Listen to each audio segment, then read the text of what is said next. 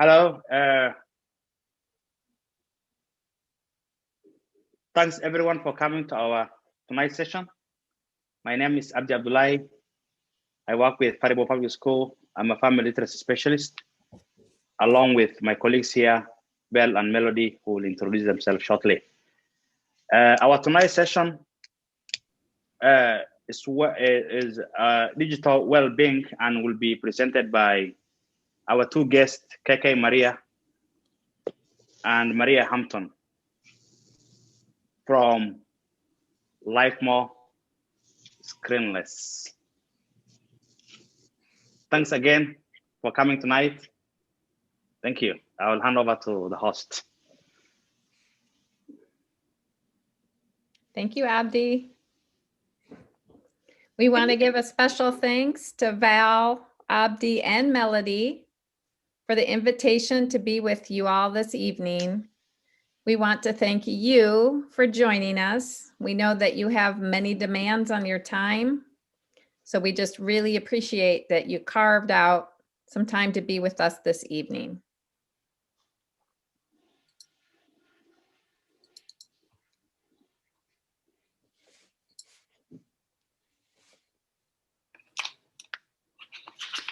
Welcome, everybody.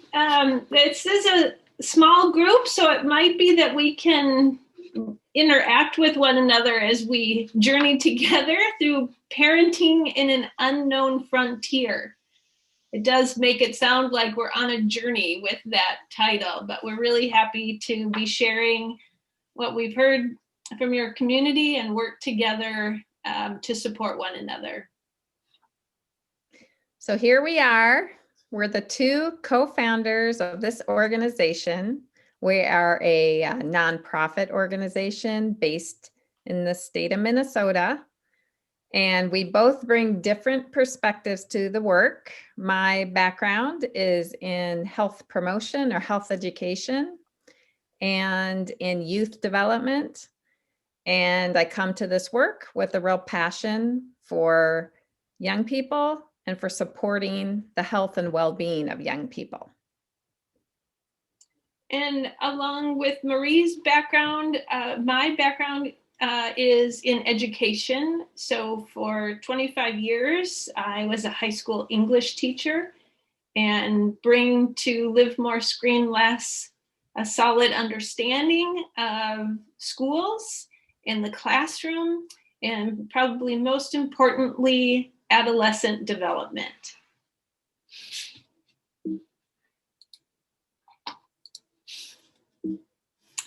So we'd like to just share with you that LiveMore is now a Faribault community partner. We first engaged with Faribault in May of 2019 and became an official community partner in August of this past year, 2020. And what we mean by that is we are working on multiple levels to increase the well-being of young people in your community. And we know that it will take all of us, parents, and teachers, counselors, family literacy specialists, everybody, to ensure safe and healthy community. So just sharing with you, we have done surveys in the community with parents, teachers, and students. We've attended administrative meetings to share what we're learning, held student focus groups. We've engaged with training with the specialists that you see here today, as well as the academic specialists.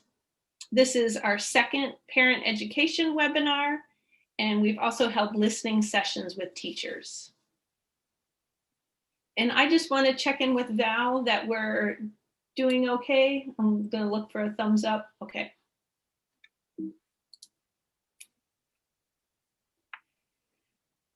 Here is our mission statement. We advocate and promote digital well-being for and with young people through a collaborative and comprehensive community approach. What I was previously talking about really shares our community approach, But let me tell you a little bit about digital well-being for and with young people.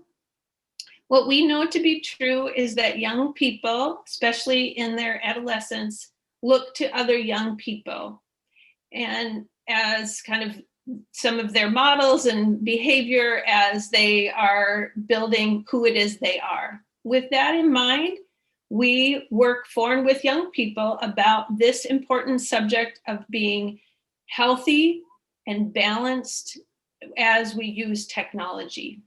So we have a youth council made up of high school and college students who help us understand the issues and then help us work towards solutions.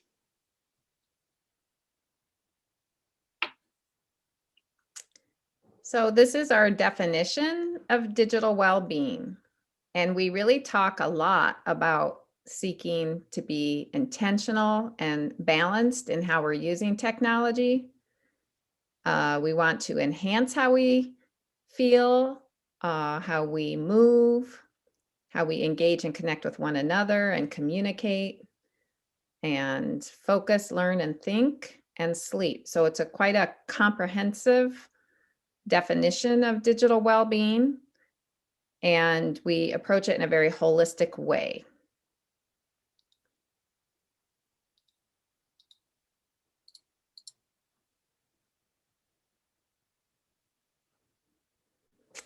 So we know that this time has been incredibly challenging for parents, for students, for teachers, for the whole school community. And our organization, the name of our organization is LiveMore ScreenLess.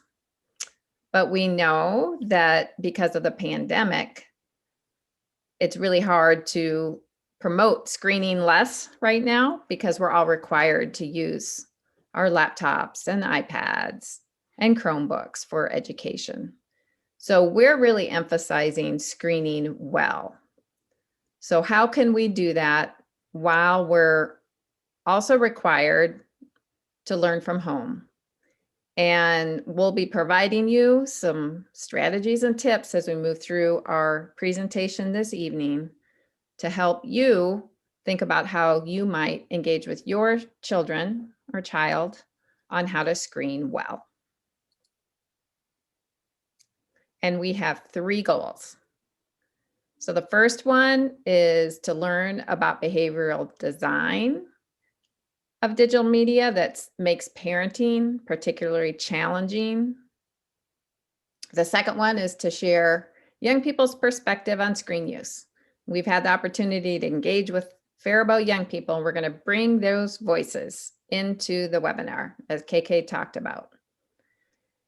And the third one is to raise awareness of different practices that you can use to promote balanced technology for yourself as well as your family.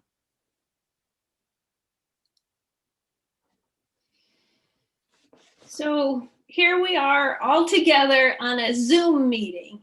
And with that, we know that technology comes with many benefits.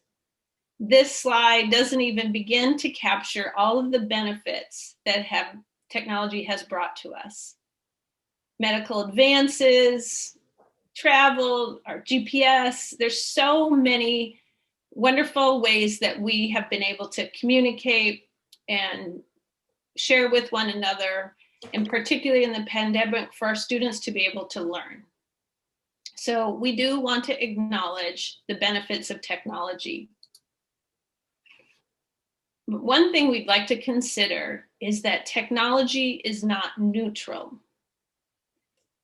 So that means we must address and be aware of how it is that misuse and overuse of technology might be harming our well-being. And perhaps you as parents are really considering that yourself. Dr. Richard Fried, author, psychologist and author of Wired Child, writes, "The overuse of technology is not the only problem. It is the experiences that are fundamental to healthy development that are being replaced by the overuse of technology." So as we lean into this sentence here that technology is not neutral, we can consider what it is that might be being replaced from what makes kids healthy in their social development, in their mental development, in their overall well-being. So I'm going to give you the opportunity to share in the chat, and just if you see on your control bar, there will be a chat button. What healthy activities do you see being replaced by technology? So that might be that your child used to ride their bike a lot, and now maybe they aren't as much. I'll share with you that a parent at one presentation we gave said, my daughter used to love riding her horse, and all summer she never rode her horse because she was on her phone the whole time. During the pandemic, we've heard a lot from young people that they picked up an instrument they used to play. They pulled it out from their closet. So they've recaptured that joy, but they've put their technology away in order to do so. So let's just hear from you what it is that you see being replaced with help by technology, that what you see healthy activities being replaced by technology.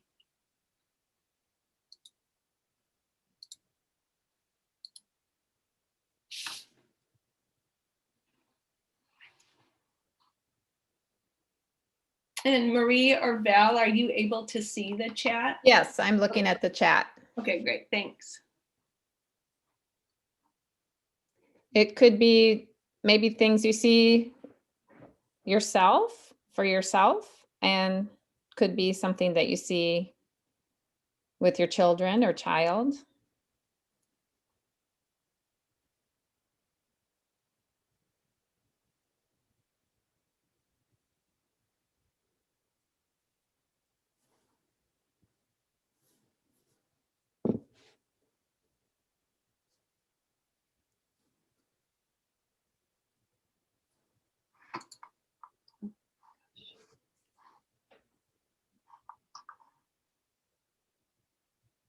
Well, I don't see anything in the chat. I think KK shared some examples. Other examples we've heard is just not as engaged outdoors, and not outdoors and active activities with neighbors, not seeing that as much.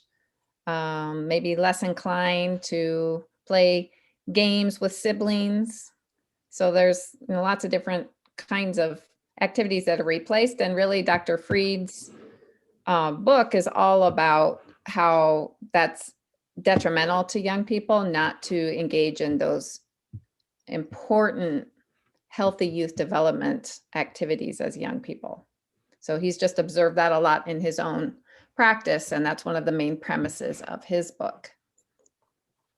I'll add too, as a teacher, I certainly saw over and over that video games in particular replaced a lot of homework time for my students. And even in the classroom, being on phones and social media was replacing that healthy time of really face-to-face interaction, and it was sometimes happening on the screen. So I'll move ahead. We're getting now into kind of our first chunk of learning on our webinar, and that is to talk about this idea of persuasive design. So what we'd like to do, parents, is give you some background as to what it is we understand to be a mechanism that is controlling us and is pulling us onto our devices. So behind our screens is a lot of background and computer programming that keeps us going back to our screens. So on our slide here, we have a slot machine on the left and a smartphone on the right. And it isn't by coincidence that we've put these two pictures together. The slot machine on the left is the most highly addictive form of gambling. A slot machine is designed based on this idea called variable ratio, which in psychology terms means We never know when we're going to win. So we keep coming back to see if when we pull the lever, we're going to win. It's variable. It's not consistent. Our phones are built on that same variable reward design. We don't know when we might be getting an email notification, a response on Facebook, a notification, and all of that keeps us wondering, do I have to look? Is there something there for me to see? So that persuasive design is really important for us to understand when we start to think about, why is my child on their phone all of the time? And part of that can be explained because it is designed to keep them there. To further explain this, I want to talk about this behavior modification model. It really is kind of simple, and yet it's very sophisticated. So I want you to imagine that you've set a goal that you want to exercise more. You are motivated. That's what you want to do, is to exercise more. So what you might want to do is partner with your spouse or with a friend to help continue that motivation. And then in order to do that, you need to be able to do it. So maybe that means you get new walking shoes, you have a path that you go on, you meet at the mall. Somehow you need to be able to do that. And then you need to be prompted. So maybe you use technology. You have a Fitbit that reminds you to get moving. Or you have a friend who's going to call you on the phone, or you set it on your calendar. That helps you achieve your goal and modify your behavior. The same is happening on our devices. That simple formula keeps us attached to our devices. So with adolescence, we know we are all wired for human connection, and adolescence is particularly seeking those friendships to help them know who they are. So they're highly motivated for social connection. The apps are so easy to use. They're very easy to swipe and click. So their ability to use them is so simple. And the triggers are alarming, right? They're red and they're notifications and they're coming all hours of the day. And that keeps us coming back to our devices. I have another way for us to look at it. So here you might see all of these ways that make us able to and easy to get onto our devices. So Snapchat, you'll see in red that there's an alert there from Sarah, and you are to view that. And we know red, a red stoplight is red, so it's so alarming. The same is true on our devices. Or Facebook, see again, those notifications are in red to draw us in. And then it's so easy just to scroll, that infinite scroll, it just is so easy to keep going. And then autoplay just keeps those movies and streaming happening. So the designers of all of these apps and games and sites have made it so that our behavior is changed to keep us attending to these devices. Okay, so I know you didn't participate the last time we had this chat, so I'm going to see if you'll participate now. I want you to fill in the blank. What do you think the CEO of Netflix said that his company's real competitor is? Who or what is Netflix competing against? And notice that CEO Reed Hastings said, and they are beating this competitor. I guess we could even have you mute and just say out what you think it is, since there's 4 of us here. Okay, there's one entry here, families. That's a really good answer. How about Facebook? Okay, makes sense, right? Friends. Friends. Mm-hmm. Mm-hmm. These are good answers. Hulu Okay. is another one. All right, I'll move to the answer. Ready? Drum roll. And the answer is sleep. I added a quote here from the CEO, when you watch a show from Netflix and you get addicted to it, you stay up late at night. That's right. Sleep is Netflix's greatest enemy. And so they need to ensure that we keep watching. It's the way that money is made. And we call that an attention economy. That the world works in the way to keep and hold our attention. So I want to pause there, parents, for you to consider what it is that might be happening in your world with that, and then particularly with your children. If this is what Netflix has to do to make money and keep our attention, what do we need to do on our end? And we'll work our way through that, but I just want you to, be processing this idea about how hard this is for all of us to detach from our devices when this persuasive design and behavioral design is controlling what it is that we do. Thanks, KK. And just ironically, there is a documentary on Netflix right now that's about this very issue. Maybe some of you have seen the Social Dilemma. If you haven't, might be worth checking out if you want to know more about the sophistication behind the technology behind our phones. It's pretty compelling.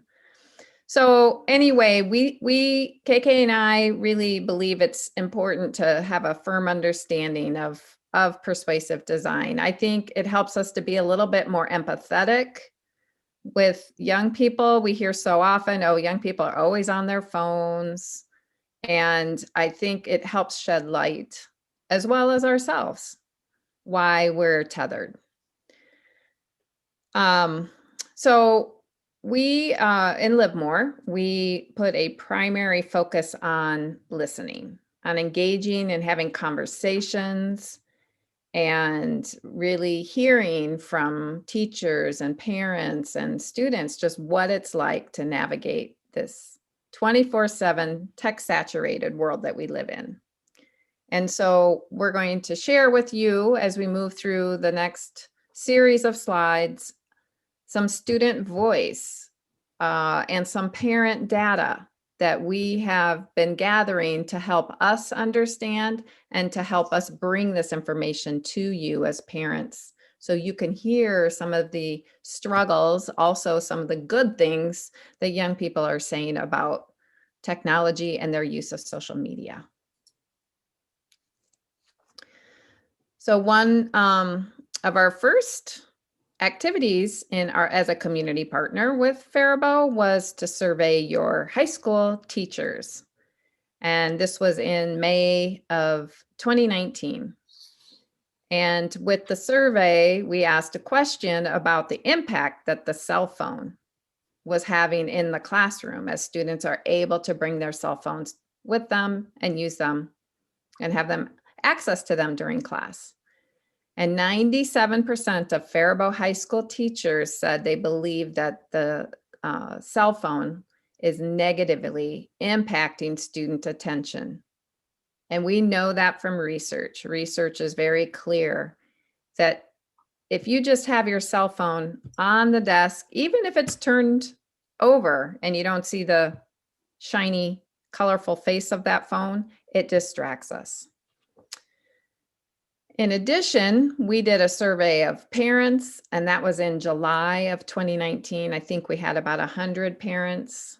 So it wasn't a comprehensive survey of parents, but what we learned from parents is that 89% of them are concerned about the mental health impacts that cell phone use can have on their children. We did another parent survey. This one wasn't in Faribault. It was with a group of parents in the metro area. And this was a couple of weeks into the pandemic. So it was in April. And we just wanted to hear what words parents use to describe what it's like for them to manage digital media with their young people, with their children. And these are some of the words that were used. You can see there's a whole range from exhausting to scary to stressful. And we just want to stress to you that no one prior to our generation of parenting, and I'm a parent too, we've never had to deal with this particular issue. We're the first, and our young people are the first to grow up with digital media and access. So we're all learning, right? We're all struggling. We're all learning together. And what KK and I want to do is to bring an awareness and to promote how we might use our technology with more balance and intention so that we feel better. This was from Faribault parents. And we want to hear from you what resonates most with you. And I think it's fine to just, unmute yourself and just share. You don't have to use the chat function, but what we've heard is that there's, and this is after, distance learning or while students are home learning, that parents are feeling a lot of frustration. They're feeling a lot of anxiety. It's hard for them to keep track of how their student is doing, that there are challenges in just supporting their students, and then the parent have concerns about regular attendance. So if you want to chime in, we'd love to hear what most resonates. What do you think for yourself? What do you feel is most in line with what you see here on the screen? Or if you want to add something else. We hear that. And it's just a really, really difficult time. And especially if there's ADHD or some depression, and mental health issues going into it. The stress of the pandemic, both for the parents and for the students, makes it really, really difficult situation. We had someone write in the chat that it's hard to keep my son on track. I'm sitting next to him and he's still figured out how to get YouTube in a little box that he can swipe away when I check on him. So they're very astute, aren't they, with their use of screens? But also said his grades are also pretty great right now. So we have learned, we just participated in a webinar yesterday, and it was on the impact that COVID is having on students.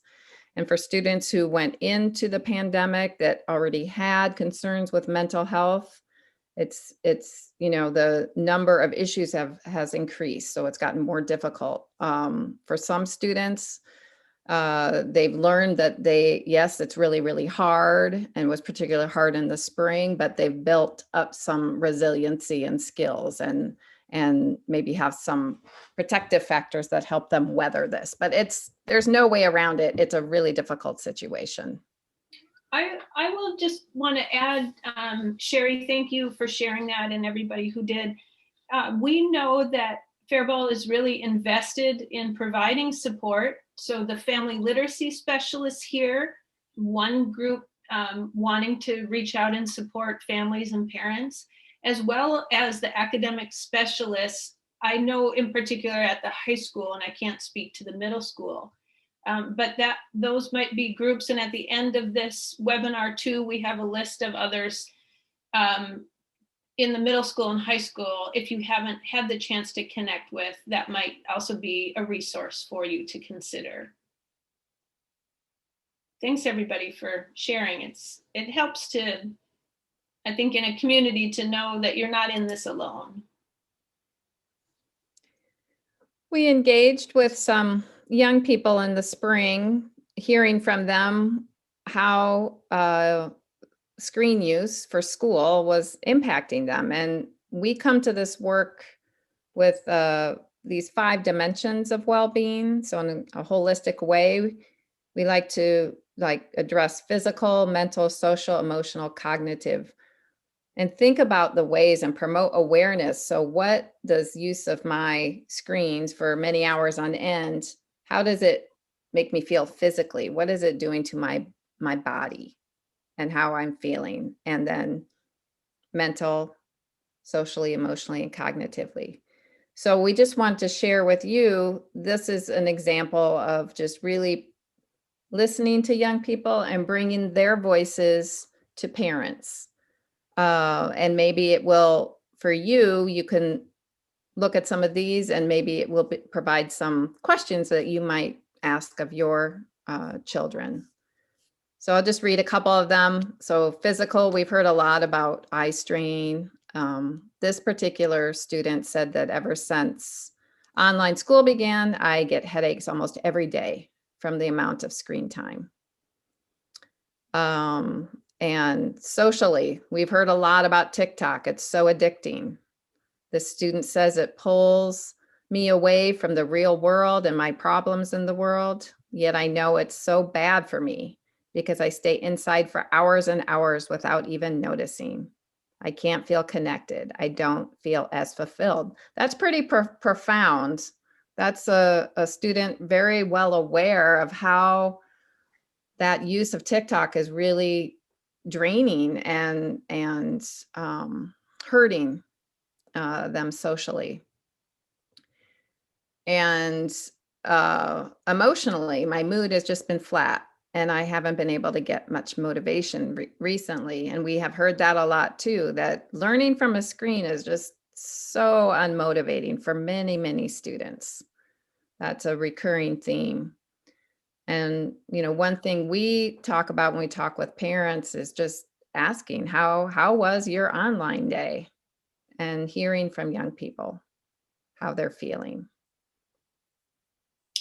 I'll add to this slide too. If we think about what is shared with the persuasive design and behavioral design, you'll see that in all but physical, that creation behind the screen is affecting these parts of well-being, right? It's addictive. We talked about it being a slot machine. It's keeping us from normal, healthy social development behavior, right? So I'm inside for hours, decreasing my motivation, not getting enough sleep. And we know Netflix is designed to do that. So what you might want to be thinking about is what question might you want to bring to your child or conversation that helps both of you better understand what you're up against. And like Marie mentioned, The Social Dilemma, that is one film that certainly highlights what it is that we're talking about here. So sort of having this 2-part conversation. Here's the design of it, and no child wants to be told what to do, right? Or manipulated. So if they can understand that manipulation, might that help them also want to change some of that behavior? We, this fall, had the opportunity to do 2 focus groups with students, high school students at Faribault. And so we spent a couple hours with students and we asked questions about how they were doing with distance learning, how it was affecting their well-being, the kinds of things that they were doing to try to stay healthy, and things that they wanted their teachers to know. And there were these 4 themes that emerged. And the first is that remote learning is challenging for most students. It's a really difficult thing, and for lots of different reasons. Not only just hard to learn content while you're on a screen, but just the separation from teachers and from students. Students really miss their teachers. They really miss seeing their friends.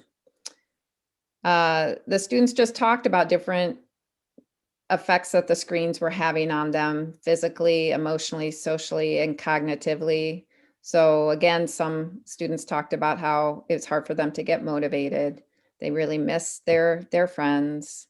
One young woman said she's in her room all day, just staring at those four walls.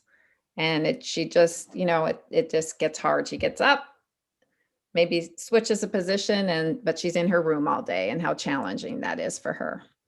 So we know that, there's multiple effects that this is having on young people, and students were quite open in sharing those with us.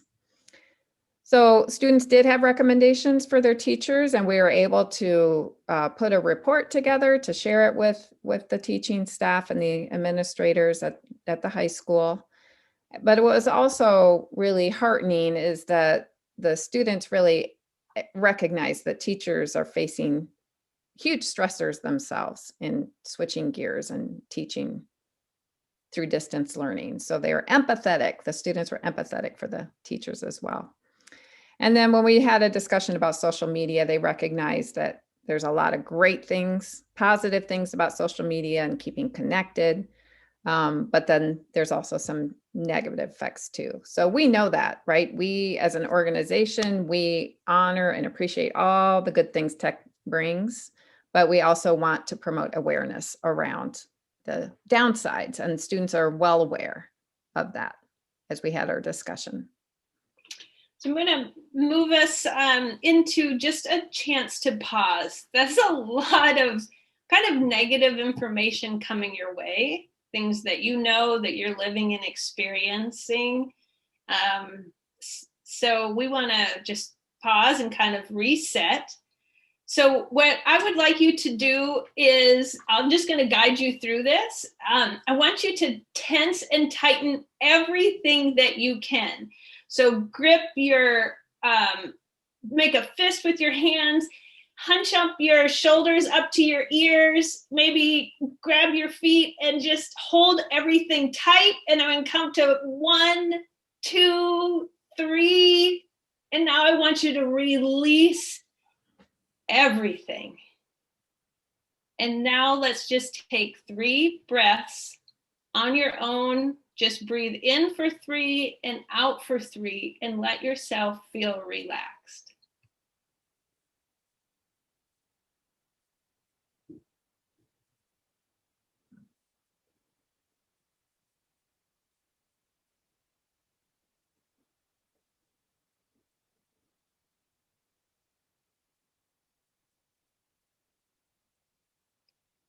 Good.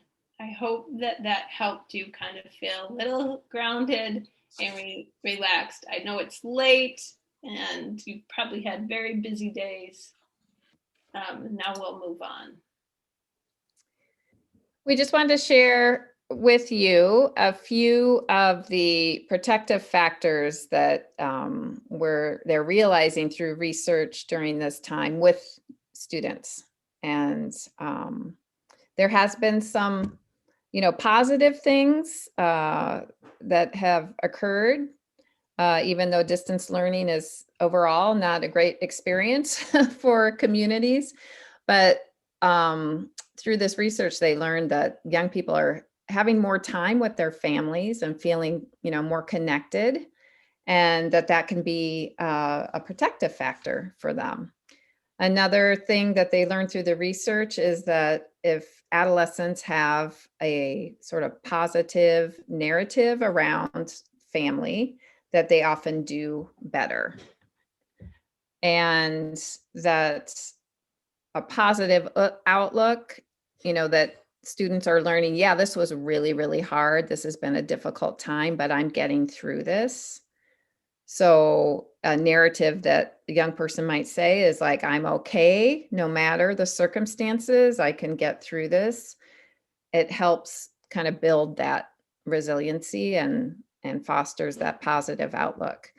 They also found that if students had information about COVID, like solid factual information, they felt more positive. And for sure, we know that getting outside or exercising indoors too, but particularly outside, is so good for young people. It's good for all of us.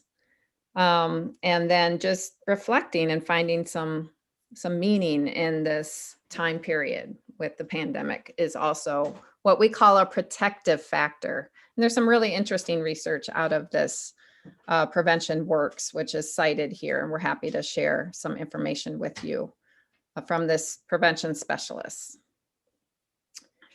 So these are dimensions of well-being. We mentioned that we use these dimensions and approach health and well-being in a holistic way. And now we're shifting gears and we're going to talk about some practices, some digital well-being practices that you can bring for yourself, you can use for yourself. You can also bring them to your family. We're also going to continue to share with you some youth voice. And just want to share also that when KK and I came to this work, we really did a deep dive into the research, and that's how we landed on these 5 dimensions of well-being. It's like research is pointing to the effects that screens have on these different dimensions. And then we built our strategies and tips around improving these different dimensions of well-being. And they're kind of interrelated, sometimes hard to tease them apart because they are interactive, but we're going to walk through each one with you.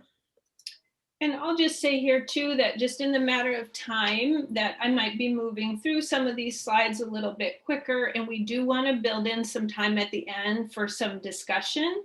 So I'll just say that as a precursor here. So we want to start first with our number 1 tip. Here it is to work on creating healthy sleep routines. So we know we're up against Netflix, right? And so many other designs on our screens. So healthy routines will differ for all of us, but one very strong consideration is to remove screens from bedrooms. We know that young people lose a minimum of 1 hour of sleep a night if a screen is in their room while they're sleeping. We know that they're checking their phones, that it delays sleep, and that it inhibits sleep. So that is one way of creating a healthy sleep routine, but just also other ways of considering how is it that we can diminish time on screens, diminishing that blue light effect, and moving toward preparing for bed. And like Maree said, we'll bring to you youth voice. So here are 3 quotes from our Faribault focus group where students shared with us how the screen is interfering with their sleep. And you can just notice what I bolded there: watching Netflix, sleeping in too late, looking at overnight at Instagram, knowing that young people are posting at 2 a.m. So really bringing to you the urgency of attending to sleep, because we know that affects every part of us, right? We all know that individually. You're cranky if you don't get enough sleep. Maybe it's, hard to focus on your work. You may snap, be more easily frustrated. There's so many ways that sleep affects us. Mm-hmm. So really our number 1 tip here is do what you can to attend to sleep. Perhaps you remember years ago this PSA, it is 10 p.m. Do you know where your children are? I'd like you to consider that with your child on a screen. At 10 p.m., do you know if your child is on their screen, kind of where they are? What is it that they are seeing and experiencing? And that's just a reminder to all of us to attend to the many places that we can get to on our screens. Like I think it was Sherry who mentioned, or somebody else who mentioned, that your child could get immediately on YouTube, right? It's so quick kind of where they could go. So just another reminder that we really want to protect sleep and remove screens in order to do so.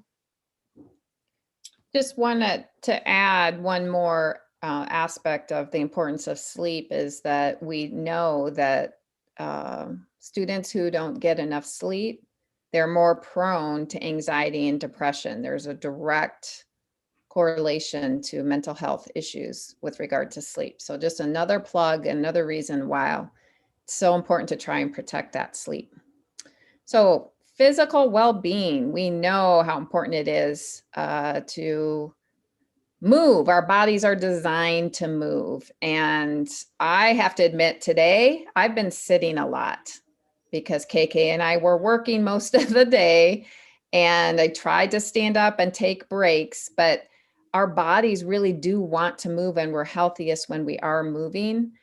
And there's also huge benefits to getting outside and getting fresh air and taking a walk around the block. And we really encourage parents and young people and adults that we talk to try taking breaks from your phone in conjunction with getting outside. So put your phone down and maybe take a walk for 5-10 minutes and try it and see how it feels not having that phone with you. So this is a really, really important tip. And we know it's cold and wintry in Minnesota. So it takes a certain amount of clothing and hardiness to get outside, but it always feels so good to get outside and get fresh air. So some of the youth voice quotes about getting outside, knowing that it's important to get exercise, that they like to go outside for walks to get air, fresh air. And one gal in particular said that she likes to go with her mom on walks and talks, and that she finds that very comforting. And here is a physical well-being suggestion. So here's a digital well-being tip in how we can take a break from our screen. So we've all now been staring at the screen, or, for most of the time it's 6:50. And we recommend, and we'd like to practice this with you. So we'll first describe it to you, and then we'll take a pause and practice that every 20 minutes to look away from your screen, 20 feet away, and hold that gaze for 20 seconds. And so it's the 20-20-20, really easy to remember. It's kind of nice to make a little cue Post-it note to remind yourself to do it. Some people have apps, and that allows them to hear a little ding to remind them to take that break every 20 minutes. So let's do that now. We'll take a pause, and I want you to look away from your screen and look at something 20 feet away. And we'll do that for 20 seconds.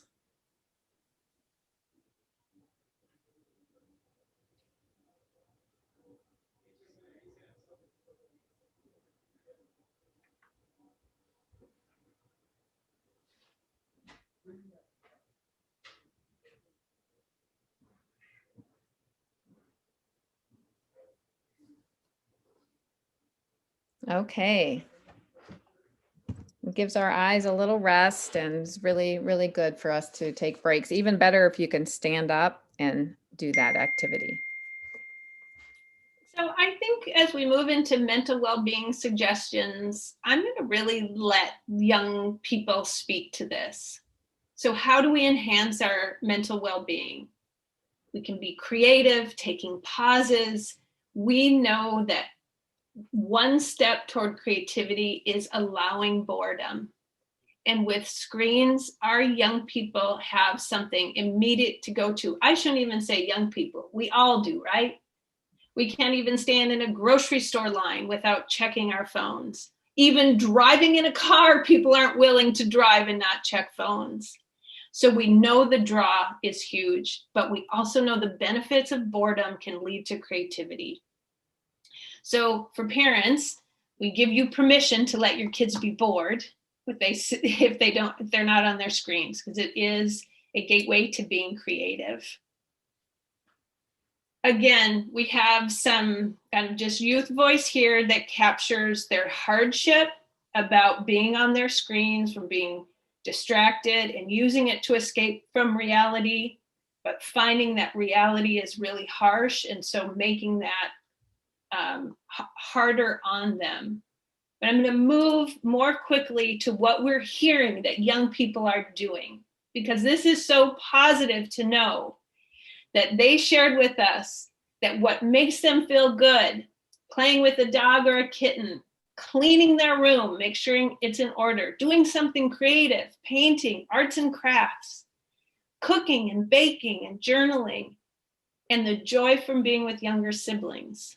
So we really want to celebrate that in this very hard time, in a pandemic with distance learning, that young people are finding their way to do things that make them feel mentally well.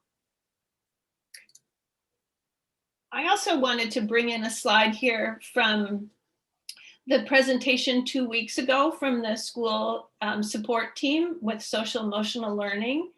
So you see the direct tie to mental well-being here and what we're talking about and what was shared in that presentation.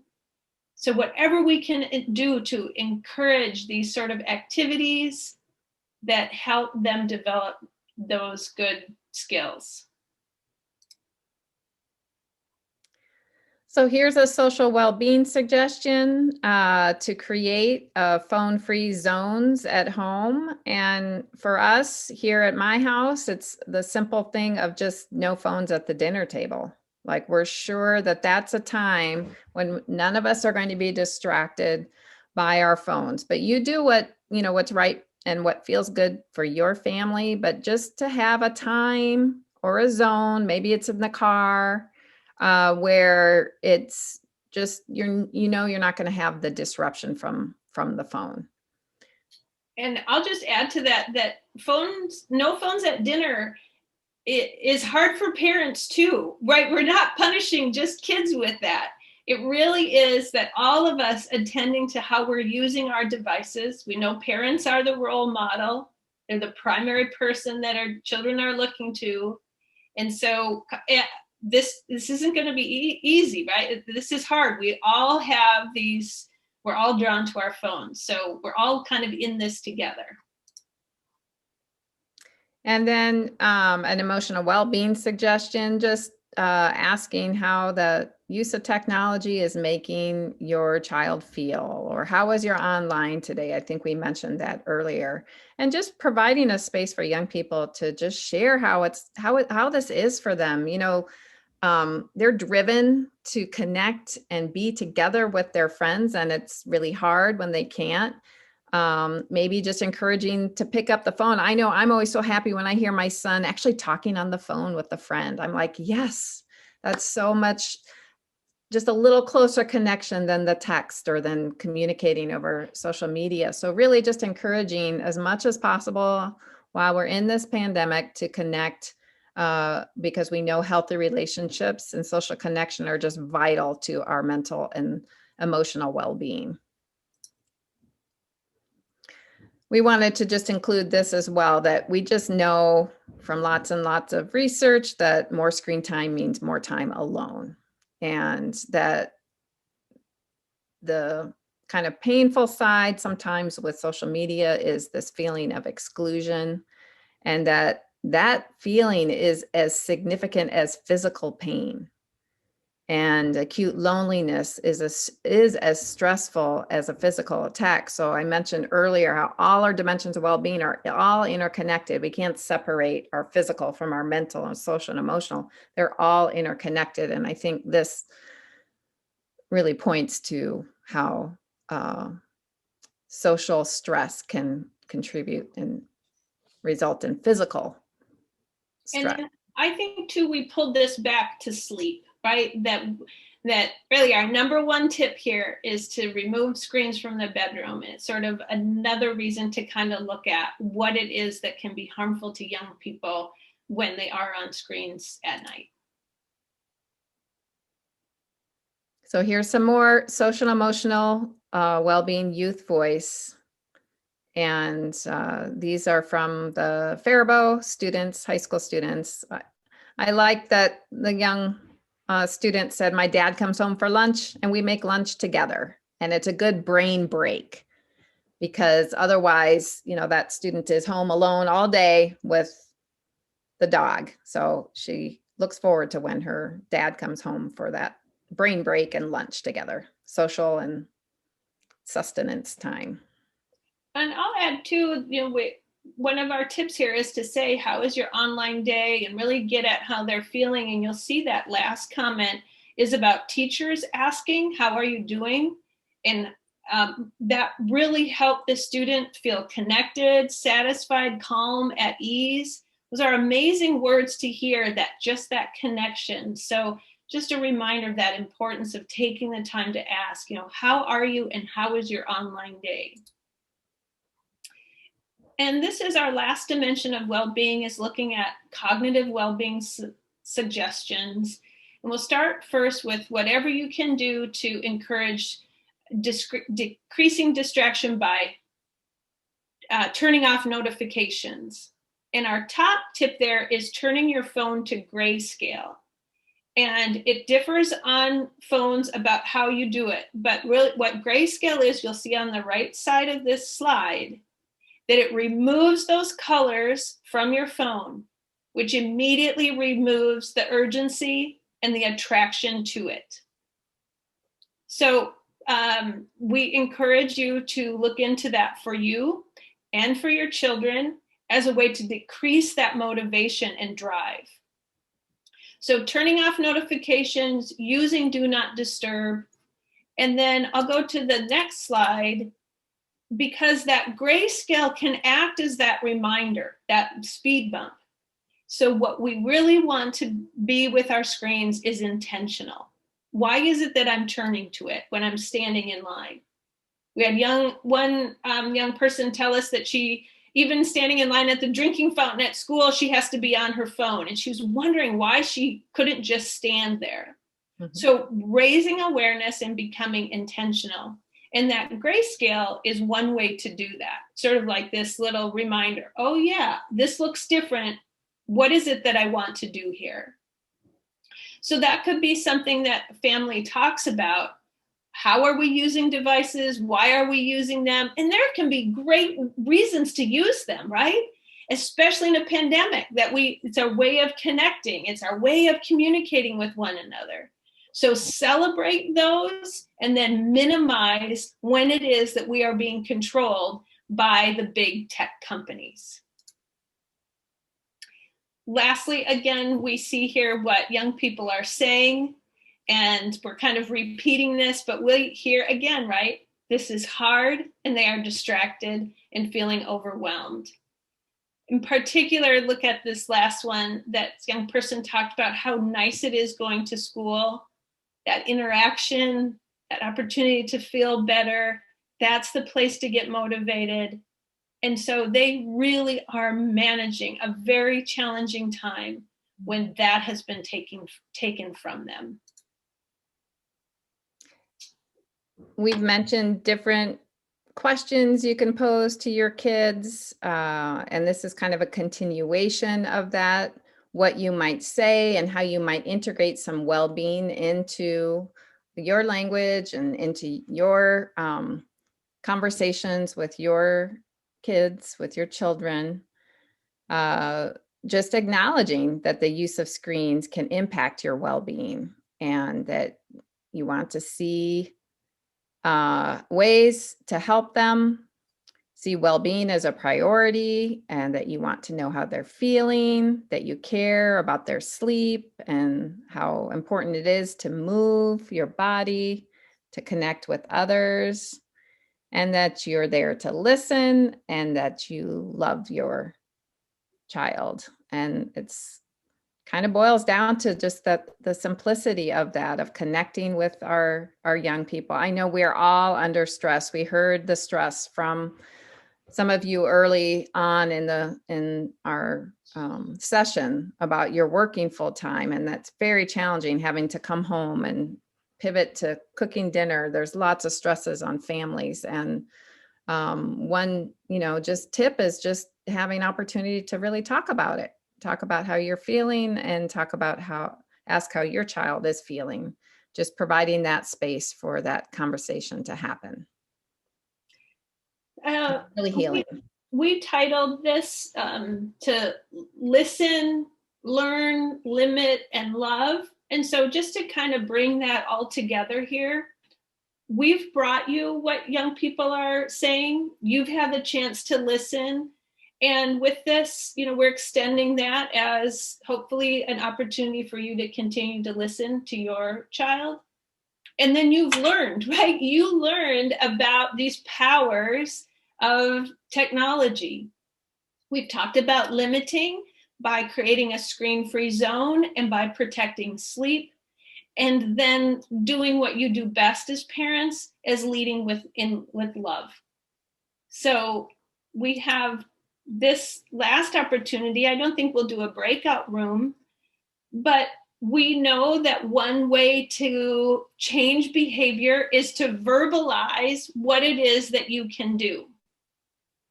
And as parents, when we need to role model this, we want to start with, what is something that you can take from this for your own digital well-being? And maybe that's just that you've never looked away from your screen, and so you're going to try that. That's a real common one that we hear people take from our webinars. Or just taking a deep breath, attending to your well-being. And then if we could hear, what could you do for your child, and what it is that you might need in terms of support. Another one comment in the chat, one thing I do to support my son is to take away all devices at bedtime so there's no screen time at night. That's fantastic. Mm-hmm. That is, as we say, our number one tip. That's just so important. Such a great practice.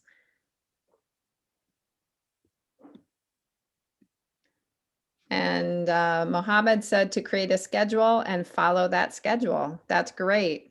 Mm-hmm. It's, as KK said earlier, if we state our intention, we're more likely to stick with that. So creating a schedule allows for that to happen. Especially with the pandemic, when days all seem the same, and we know that students are having a hard time being motivated at home. It's not school at home. It doesn't feel like school. So I think that is a really great tip, to find a schedule, and then that helps feed motivation. Mm-hmm. Abdi says, develop a no screen policy at home unless authorized by parents. Mm-hmm. Yeah, and Abdi, I think I'd encourage you with that too, to have that conversation that we're being controlled by these, right? So how do we break that control is to remove them, give that some space. And then once we get that space, we can start to kind of feel how controlled we are. So it might be a nice way to kind of encourage that screen-free place. And I think that conversation is so important. So one of the, when we first started doing this work, of course, I looked at my own behavior, like what do I want to try to do, and tried different things. And one thing I really wanted to do is just taking breaks from just always having my phone on me. And part of that is like that I needed to communicate that with my family. You're not going to be able to reach me in the next 10 to 15 minutes. I don't have my phone. That's okay. I'll get the message when I get back. So wanting to, take that step, but also just having conversation and communicating, that I think helped us in our home. Mm-hmm.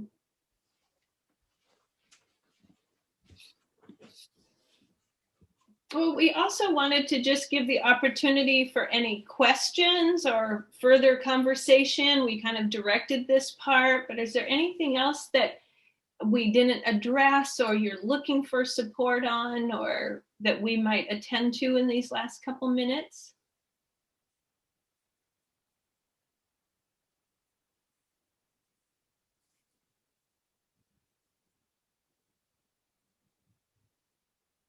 One thing I just want to share too is just how even just taking these little steps, taking one step, taking maybe two, it's amazing how just the little changes can improve well-being.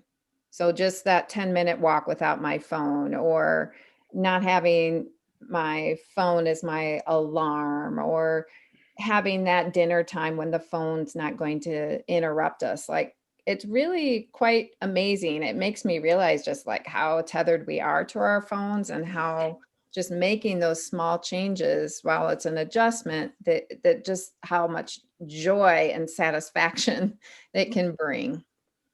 I'll add one more that we've done as a family is before we start watching a show together, you know, on Netflix or something, we say, okay, how many are we going to watch?